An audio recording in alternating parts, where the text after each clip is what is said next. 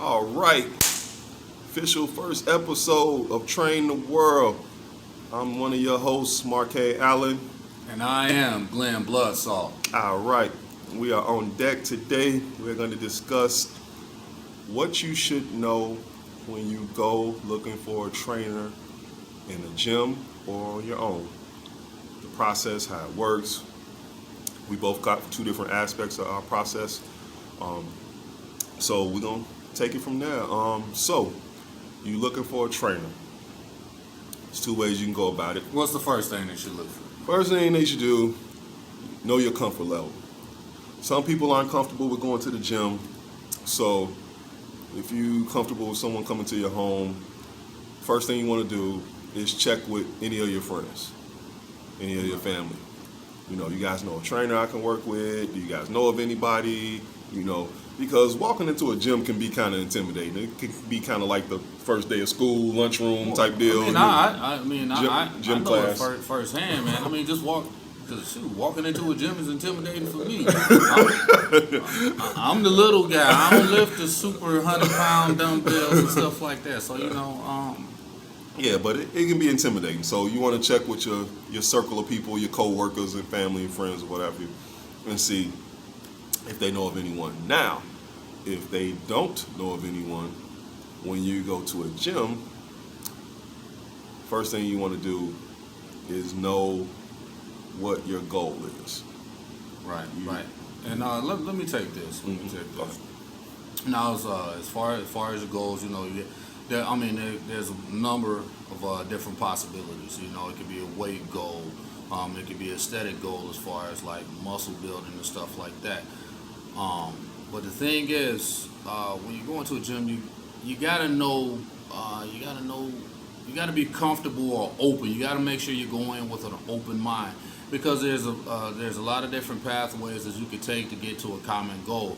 I mean, sometimes you're going to be using weight, sometimes you're going to be using body weight, sometimes you're going to be doing a lot of cardio and stuff like that. So you got to go in with the open mind and understand that not all trainers are going to train the same. So just understanding your goal, understanding what it takes to get to that goal, and then when you go in, you talk to your trainer, then you have some type of connection to whatever method that they want to use. Yeah, and I would say if you go to one of those, big box gyms or even a small size gym, ask around, ask the people there, tell them you want a tour, whoever, management or whatever, tell them you want a tour. Then if you see someone who just finished working with a trainer, ask them about the trainer. Sometimes you got to be careful with asking the staff, because, certain people, management can play favorites or whatever. If they got a friend or a relative that's a trainer there, they may want to pass them to him or help their buddy make money or whatever. But ask the people, or just spy. Spying is the best way. Spying is the best way. Because, there's a number of different things you could pick up. And one of the most important things is rapport. It's just about like the relatability of the trainer, how you guys connect, because you got to understand, you're going to be there for a half an hour to an hour, and you're going to be talking and conversing about with this person. It's going to be about more than just about weights and what I should eat and weight goals and stuff. It's going to be about family life. It's going to be about extra hobbies and stuff like that. Work. So you want to work or just life in general. And so the trainer is going to be somebody that you want to make sure that you can connect with. Right. That's right. And then also you want to make sure that you comfortable.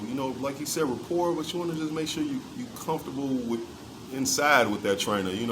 Because sometimes you can have the best trainers, and we worked with some, and we may even know some that are like just assholes. No, don't incriminate anybody. Don't incriminate anybody. I'm not gonna name call, because we kind of respect our peers, but it's like they could have different frame of mind and views and everything like that. So, but just make sure you're comfortable and you feel good, because like my brother just said, you're gonna be sharing a lot of your your day-to-day life with them, and stresses and things like that may come up in life, and and over time you that becomes more of a client friend, client associate relationship. Yeah, because before you know it, you'll end up going to weddings. You'll end up going on outings and events and stuff like that. Buying baby shower gifts, and all that stuff. So so it's going to be it's going to be somebody that you're probably going to form a close personal relationship with. So that's why rapport is probably one of the most important things. But another important thing that you want to that kind of falls right or coincides right with rapport is just the trust, because you're trusting somebody to help you improve yourself. And I don't know, Mark, maybe you can answer this a little bit better than me, but like trust, like movement, just trust that they know what they're doing. Yeah. You trusting your life in somebody's hands, basically. Right. Okay. See, I told you he was gonna take me a little bit better. Basically, that's what you trusting your life in somebody's hands. Same way you lay on a surgeon's table, you trusting that me, him, or any other trainer, is doing the right thing by what your goals are, what your ailments are, things you may not know, limitations, your expectations, so it's a lot of trust there. It's a lot of trust there, because if we hurt you, it's like not only have we could possibly injure you forever, but we've also injured your mind for looking for another trainer after that. And we can, instead of helping you reach goals and become a better person, we've crushed your whole. Yeah. I mean, it could just sour the whole entire training experience. And the one thing is like everybody needs a trainer at some point in time, whether it's a trainer on a regular basis or it's just a trainer like me just learning tips from my brother here. He's a bodybuilder. This is what this dude does. Me, I was like I lifted for football. I was lifting for agility and all that stuff. And those are two different lanes. Those are entirely two different lanes. I mean, there's some intersects, some overlapping and stuff like that. But like, there's definitely more that he knows when it comes to bodybuilding. No doubt. All right, so. What's another? I think was it like biometrics, measuring and stuff like that. Those are one of the some once you find that trainer. Yeah, you give it from your angle. Okay. So once you find your trainer, and you guys form some type of relationship or decide to work together, the next thing you want to look for is the first step. And the first step a trainer is going to do is the assessment. And like again, we're gonna ask you your goals. We're gonna try to figure out the goals. Then we're going to just take a quick observation of the aesthetics, like what workout method best suits your body type. And then also to set you up, the starting point, the foundation is the biometrics. Now me, I go with body fat percentage. I go with BMI, that's body mass index. I'm going with what else? What else am I going with? I'm messing up here. You got the scale and everything you said, right? Yeah, I got the scale. So basically, it's all about BMI, body fat percentage, lean muscle mass. We're also talking about. Now, explain the technology you use for measurements. Your method you're saying is different. Okay. Well, I use electronics. I use electronics for my measurements. So basically, what we're doing is we're just measuring the body composition. I'm laughing because I'm a dinosaur over here. Oh no, it's a little quicker and faster, just to get you back out on the floor and working and stuff like that. And with him coming from the bodybuilding, it matters how big your biceps are. With me, I'm normally working with like the average everyday person and stuff like that. So mainly with the women, it's all about waist size. With the guys, this Mark's territory. You know, we're talking about shoulders and biceps and stuff. You know. Yeah. So same principle. We start with assessment first. Ask you your goals. I usually try to make sure I ask, because we were cut from one of those big box gyms where they didn't care about people too much. So I always ask if they have any ailments, if they got any injuries I should know about.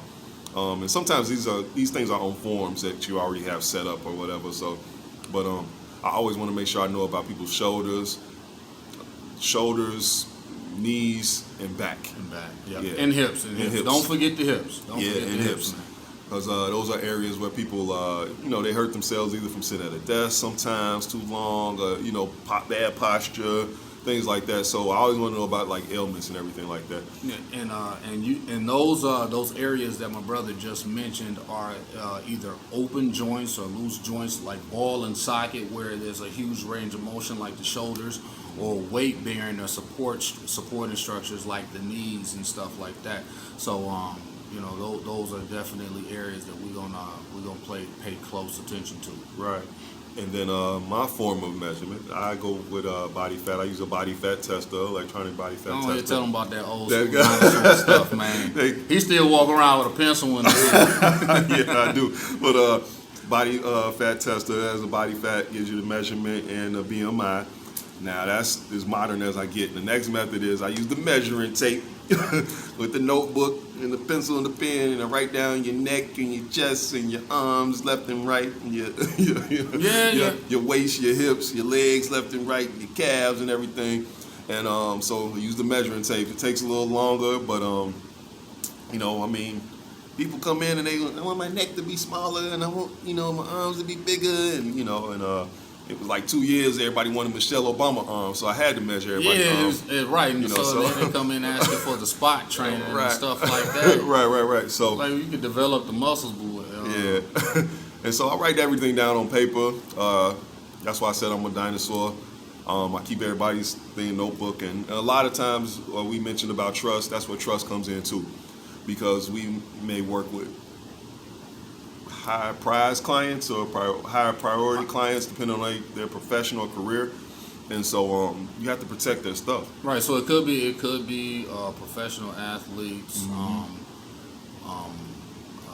else? Corporate people that work in the corporate world that may not want their results out to the world, or somebody who may be in modeling or acting or entertainment, types of things like that. So and people, that's their private information, and they gotta trust you. You gotta hold on to that and protect that stuff, and not lose it, not be loose with it, and everything like that. So that's one of the major steps when you first go looking for a trainer. Your trainer should be doing an assessment, starting out asking you a series of questions. Your goals is the most important one. A series of questions about your health, your living, your lifestyle, and then they should be doing your measurements, body composition check. So it can either be my brother's way or my way. But those are things you should look for. If you walk into the gym and a trainer is ready to hit you to go on the ground running without doing any of the things, you need to pull out for a minute and ask those questions. It's time to take a step back. Yeah, hey, and reassess what's going on. Yeah, because we've witnessed working in big box gyms before we started working for ourselves. We witnessed people hurt people. Trainers hurt people. Yeah. We witnessed them not ask the questions about people's knees or shoulders, and people have gotten hurt. We've witnessed them neglect clients, personal information down to financial information.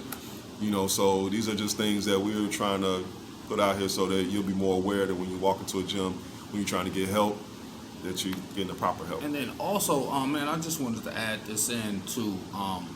When you're looking for a trainer, or once you establish, once you find a trainer, one of the biggest misconceptions that I run into sometimes is you're supposed to have a plan already. Now, I get it.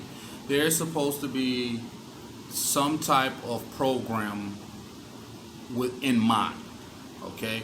But you got to understand, each individual is different. Your needs are going to be different from the next person's needs. and also your ailments are going to be different from the next person's ailments. So and I think I mentioned this before, but there have been multiple occasions where I've had a plan or a skeleton plan, a framework, where I've had to adjust. I've had to adjust on the fly, and we have to work towards those strengths. We got to work and correct those weaknesses. And so so one thing that some people I work with get misconstrued is the fact that the plan may not be consistent day in and day out. Right. It all depends on what happens after that doctor visit when you come back from the doctor, or to avoid that doctor visit. There may be some adjustments that sometimes the client may not understand. So like we were saying before, that's where that trust comes in. That's what makes trust so important, because I've saved people from numerous surgeries because I've been able to adjust from shoulder surgery to hip surgery to knee surgery, and those are all those major joints we were talking about. Yeah, and definitely don't be afraid to ask questions.